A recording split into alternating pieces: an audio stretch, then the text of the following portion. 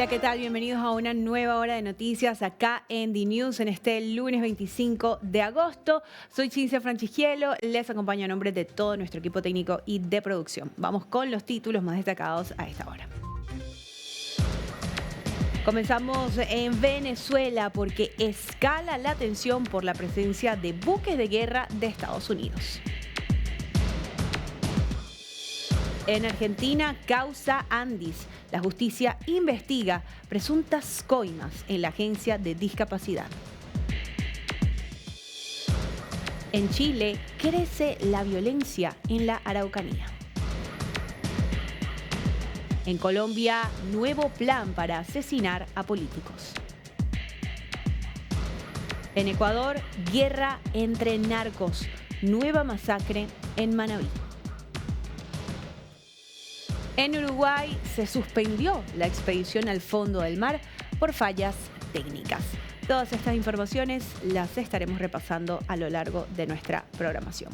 Por lo pronto nos vamos en vivo a recorrer Latinoamérica y nos vamos a Río de Janeiro. Así está esta hermosa playa brasileña en este comienzo de semana. Y con esto les hacemos la invitación a que interactúen con nosotros a través de nuestras redes sociales y plataformas digitales.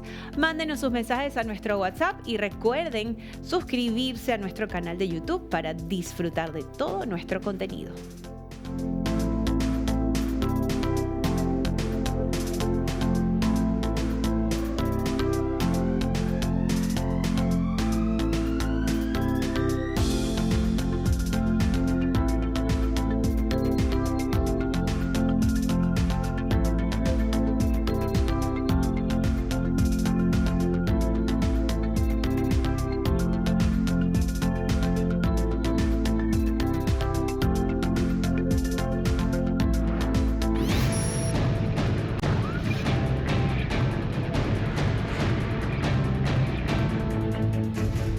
Escala la tensión entre Estados Unidos y Venezuela por la presencia de buques de guerra norteamericanos en el Mar Caribe. Es inminente la llegada y es que la Casa Blanca tiene una lectura realista sobre la dictadura de Venezuela. Nicolás Maduro podría caer cuando todos sus socios militares y políticos asuman que ya no puede proteger las ganancias millonarias de los negocios ilegales que se hacen bajo la sombra del régimen caribeño. La administración republicana apunta a fortalecer la seguridad de Estados Unidos y todos los movimientos legales, diplomáticos y militares que está protagonizando tienden a consolidar este asunto clave del gobierno de Trump.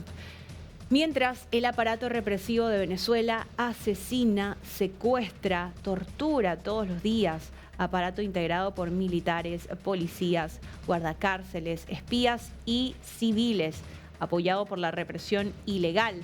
Maduro hizo fraude electoral, desconoció el triunfo de Edmundo González Urrutia y se apropió del poder para multiplicar los negocios clandestinos que benefician a sus asociados militares y civiles. Trump lidera una batalla frontal contra el narcotráfico en América Latina y puso en marcha un minucioso plan contra Maduro que diseñó el secretario de Estado Marco Rubio. Y ante esta amenaza vamos a escuchar las recientes declaraciones de Maduro. Todo, hasta lo que pudiera llamarse mis resentimientos por razón de nuestras diferencias intestinas. No tengo memoria para lo que de ingrato pueda haber en el pasado. Borrados quedan en mi pensamiento de político y de guerrero todo lo que fue hostil a mis propósitos, todo lo que ha podido dejar una huella de dolor en mi corazón. Delante de mí no queda más que la visión luminosa de la patria, como la soñó Bolívar, como la quiero yo.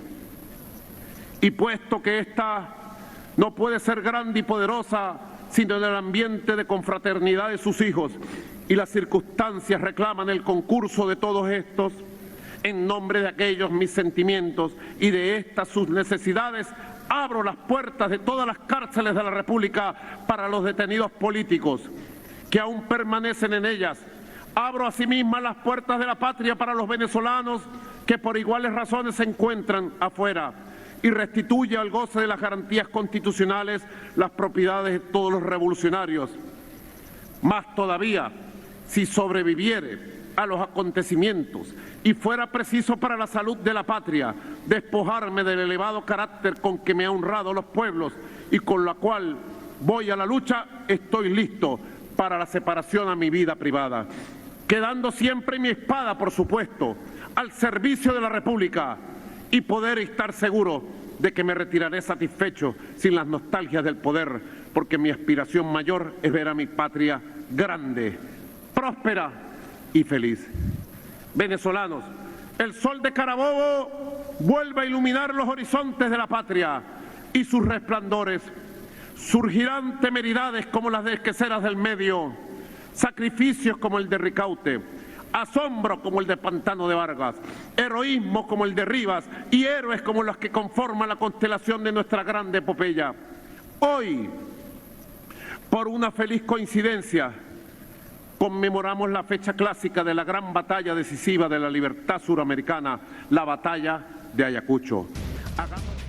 Declaraciones de Nicolás Maduro en este contexto de amenaza por la inminente llegada de los buques de guerra norteamericanos a la frontera con Venezuela.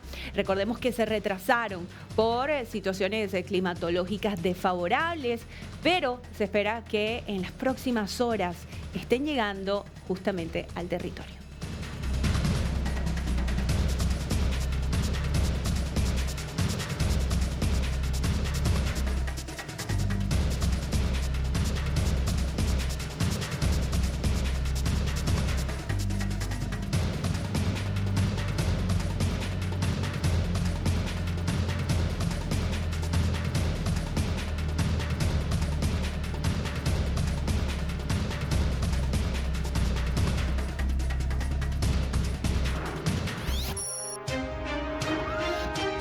Y ahora nos vamos a ir hasta Colombia, donde ya se conecta con nosotros nuestro compañero Sergio David González. Te damos la bienvenida, Sergio.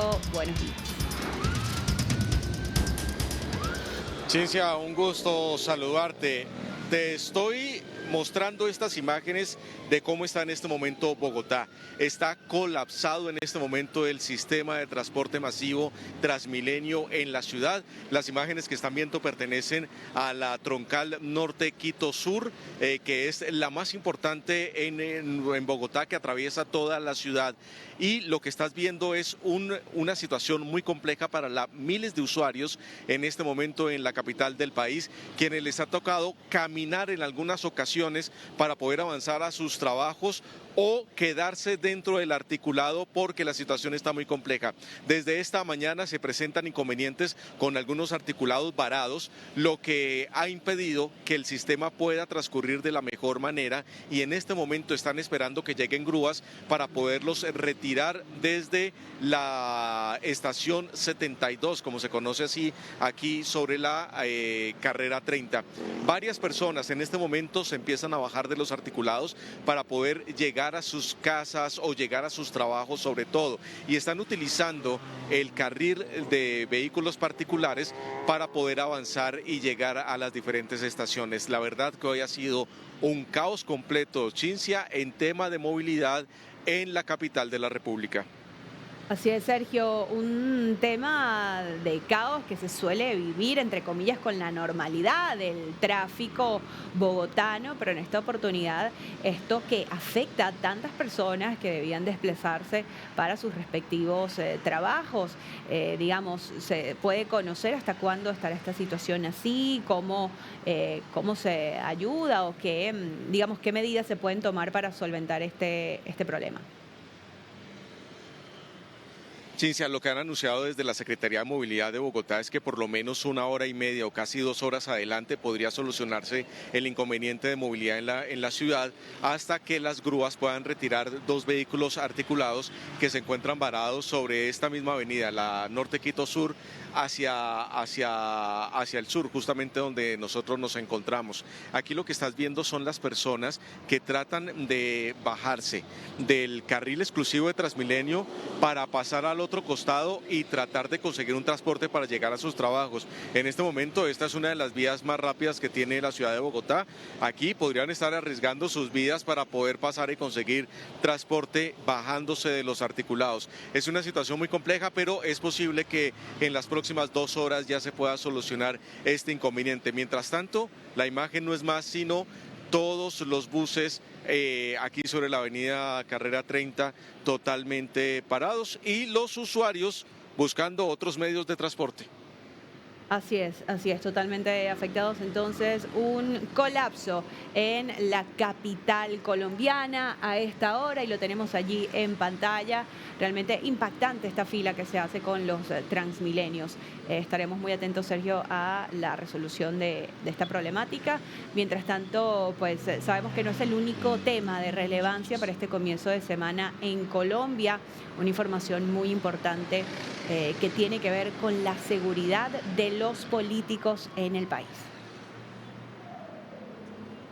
Sí, Cintia, lastimosamente después de estos hechos de violencia de la semana pasada con los 2 carros bombas en la ciudad de Cali, con el derribamiento de un helicóptero de la Policía Antinarcóticos en el departamento de Antioquia, pues se conocieron nuevos planes por parte de las disidencias de las FARC de alias Iván Mordisco en contra del alcalde de Cali, Alejandro Eder, y en contra de la gobernadora del Valle del Cauca, Dilian Francisca Toros. Ellos dos estarían en la mira de estos grupos al margen de la ley, quienes están azotando la violencia en Colombia. El primero en reaccionar sobre esta situación fue el propio alcalde de la ciudad de Cali, que anoche, durante una velatón, rindiendo homenaje a las víctimas de este atentado, a cerca de 7 personas que fallecieron durante estos carros bombas y también cerca de 80 heridos, y adicional a eso, Cincia, donde también el helicóptero ha dejado a 13 uniformados muertos, pues dio a conocer que él no se va a amilanar ante estas nuevas instigaciones por parte de esta guerrilla. Estas fueron sus declaraciones. Como alcalde de Cali, seguiré trabajando con mucho compromiso, con toda mi convicción, a pesar de las amenazas que hemos recibido, tanto la gobernadora como yo. Sepan que no me intimidan esas amenazas. Sepan que seguiré trabajando firme por Cali, firme por Colombia, firme por la paz. Bien, el alcalde, pues justamente diciendo que estas amenazas no lo intimidan, Sergio. Sin embargo, pues a pesar de que no lo intimiden, hay que tomar medidas y no puede ser la constante en el país, digamos, no puede ser la línea de lo normal que los políticos se vean amenazados por estos grupos al margen de la ley. Totalmente, Cincia, y por eso esta madrugada llegaron cerca de 50 efectivos de comandos especiales del ejército para poder seguir militarizando la ciudad de Cali y gran parte del departamento del Valle del Cauca, sobre todo donde están las instalaciones de la gobernación y las instalaciones de la alcaldía, para poderlos proteger de cualquier atentado que se llegue a registrar. Pero volviendo al carro bomba que explotó la semana pasada allí en la ciudad de Cali, que dejó toda esta afectación, no solo material y pérdida de vidas, sino también un golpe muy fuerte a la moral de la seguridad de todos los colombianos, pues te comento que ya se realizaron la imputación de cargos a las 2 personas capturadas, quienes dejaron estos camiones al frente de la Escuela de Aviación en la ciudad de Cali, y que la misma comunidad fue quien los capturó, fue quien pidió que se escaparan. Te cuento que son menores de 23 años, los cuales no viven en el departamento del Valle del Cauca, viven en Corinto. Esto es una de las ciudades, de las regiones más afectadas por la violencia en el departamento del Cauca, que es contiguo al Valle del Cauca y que ha dejado una zozobra inmensa dentro de esta situación de violencia. En la imputación de cargos, por supuesto, no aceptaron los cargos realizados, y este fue el momento en que la Fiscalía General de la Nación le estaba pidiendo los datos para la imputación de cargos por hechos de terrorismo en Colombia. Por favor, señor Walter Esteban, haga la presentación. Indíqueme nombres, apellidos, número de cédula. Mi nombre es Walter Esteban John Daipia, número de cédula. Su fecha de nacimiento, edad.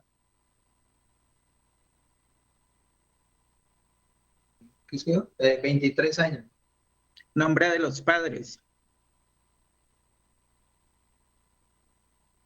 ¿A qué se dedica usted? Trabajador de oficios varios. ¿Dónde vive? Vivo en Corito Cáucaso. Señor Carlos Steven, haga la presentación indicando nombres, apellidos, número de cédula. Mi nombre es Carlos Steven Mato Aguirre, con las...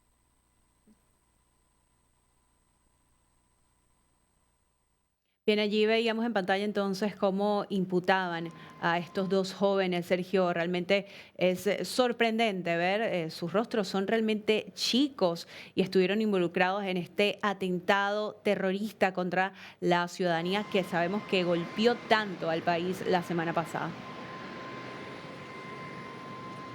Por supuesto, Cinzia, y es que realmente nos estamos acostumbrando ahora a ver a rostros de jóvenes metidos en la violencia y siendo actores del conflicto, atentando contra precandidatos o en este momento generando inconvenientes sobre la situación de orden público. Cinzia, me despido con las imágenes de lo que está ocurriendo aquí en Bogotá, un caos completo, cambiando de tema y dejando, esta es el panorama de la movilidad hoy en la ciudad, en la capital de la República. Paciencia para todos los que esperan llegar a sus trabajos. Gracias, Sergio.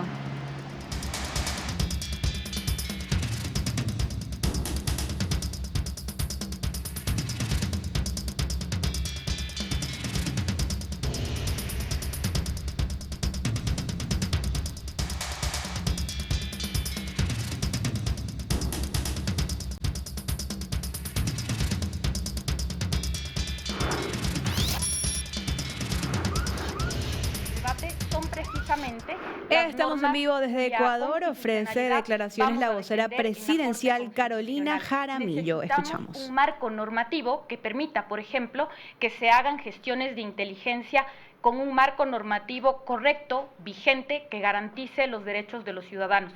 Eso, por ejemplo, es trascendental justamente para que no se den violaciones de derechos. Perdón que haga la repregunta.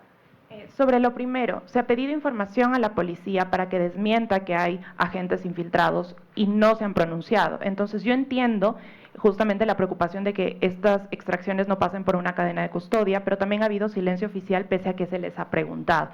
Me refiero en el caso a la policía. Y sobre lo segundo, sí me gustaría que nos diga cuáles son las medidas que se están tomando más allá de el tema de la ley, como usted lo acaba de mencionar, con las fuerzas para que no se repitan estos casos que, como digo, son preocupantes, que digan que hay tortura con electroshocks en las cárceles, que hay ejecuciones extrajudiciales, y reitero, ¿les preocupa también cómo, por ejemplo, en este caso Estados Unidos, uno de los principales socios del Ecuador, está reportando sobre la situación de los derechos humanos? A ver, respecto a la primera pregunta, ya te contesté. No nos vamos a referir a algo que no es información veraz, que no ha cumplido un debido proceso de extracción de unos dispositivos que tranquilamente pudieron haber sido manipulados. Y no me voy a volver a referir a un tema que ya te contesté. Sobre lo segundo, creo que lo ideal sería que las Fuerzas Armadas y la Policía Nacional hagan un listado de cuáles son las acciones que se toman en caso de que una de estas observaciones que tú mencionas se comprueben que sean ciertas. Yo no me puedo referir a algo que la Policía Nacional o las Fuerzas Armadas no tengan probadamente que haya sucedido dentro de sus filas. Acá, por favor. Gracias. Buenos días, Carolina. Usted se refirió recientemente al tema del crecimiento y justo tratando un poco de juntarle por ahí la pregunta, el viernes mandó el presidente la proforma a la Asamblea y yo me voy a detener más bien en los temas, en los datos petroleros. De acuerdo con estos supuestos macroeconómicos para este año, se estima una producción total de 169.9 millones de barriles, lo que equivale a alrededor de 465.500, un poco más 479 barriles diarios, que es una caída del 2% respecto al año pasado y un 7% menos respecto al objetivo que se tenía para este año a principios de año. También se estima un precio de exportación del crudo de $62.2 por barril, que es igual a un 9% menos con respecto al año pasado. Entonces, un poco queríamos conocer estos supuestos de las exportaciones más importantes que tiene el país, la producción petrolera y la exportación de petróleo, ¿a qué se debe esta caída? O esta estas estimaciones un poco más realistas para lo que va del año. Suponemos, y queríamos que nos confirme, en primer lugar, que sería pues por las paradas que ha tenido el SOTE, el OCP, debido a los problemas que todos ya conocemos en este año, que han sido de bastante tiempo, y por el otro lado también a la baja del precio del petróleo que se ha dado en términos globales. Gracias. A ver, primero creo que es importante decir que la proforma es un ejercicio referencial, ¿no? La proforma es un ejercicio referencial que utiliza una metodología que evidentemente hace que los cálculos se hagan con los datos con los que contamos en el momento en los que se realiza la proforma. En ese sentido, se utiliza el precio del petróleo con el que en ese momento tiene el mercado, lo que quiere decir que evidentemente es un factor variable. Sin duda, los problemas que enfrentó el SOTE durante el año han tenido un efecto en términos de la producción y la exportación. Eso lo hemos venido conversando probablemente el último mes en este mismo espacio. Creo que esas son las dos grandes, en grandes rasgos, las explicaciones que desde este espacio yo te puedo brindar. Ahora bien, sobre la proforma presupuestaria, de todas maneras me parece importante resaltar que estamos cumpliendo, digamos, con la asignación que manda la Constitución, tanto para el ámbito de salud cuanto para el ámbito de educación, que nos indica que esto tiene que ser el 0.5% del PIB. No sé si con eso respondí tu pregunta, Alberto, en términos generales. Por supuesto, se tienen en consideración como decía, los inconvenientes que se vivieron con el SOTE en los últimos meses. Primero estábamos atrás, aquí. Carolina, ¿cómo está? Buenos días, Álvaro Terán de Televicentro. Para referirnos y continuar con la discusión del presupuesto, hay algunas bancadas en la Asamblea Nacional que aseguran que ciertos ingresos, ciertos egresos permanentes no se están financiando con ingresos permanentes, es decir, muy probablemente seguridad, educación y salud no tengan un presupuesto fijo asignado y eso variará con los ingresos no permanentes. Entonces, un poco consultar si está garantizada la financiación de estos sectores claves e importantes. Y también quería consultar con respecto a la Ley de Transparencia Social. Mañana el Pleno de la Asamblea discutirá la cuarta ley urgente y en este proyecto para segundo debate se introducen reformas a 7 cuerpos legales. Al Ejecutivo le preocupan estos cuestionamientos sobre la unidad de materia, sobre todo porque hoy van a iniciar las audiencias en la Corte Constitucional justamente por leyes que habrían ciertamente vulnerado esa unidad de materia y se introducen otros cambios, otras leyes que no necesariamente corresponden al espíritu inicial del proyecto. Así que eso, por favor. A ver, respecto de la proforma, en efecto, los gastos permanentes están financiados con los ingresos permanentes que tiene el gobierno. Hay un déficit que no es desconocido y esto también me indicaban y de alguna forma me explicaban también que es parte de lo que hemos venido arrastrando por muchísimas décadas en el Ecuador. Hay un déficit que nos esforzamos porque cada vez sea menor. Sin embargo, tenemos que reconocer y tenemos que mirar que ahora mismo, tal como lo indiqué, en la proforma se ha priorizado la salud, se ha priorizado la educación y también la seguridad, cumpliendo no solo con el presupuesto que nos manda la Constitución, sino que también, por ejemplo, hay un incremento en el sector seguridad de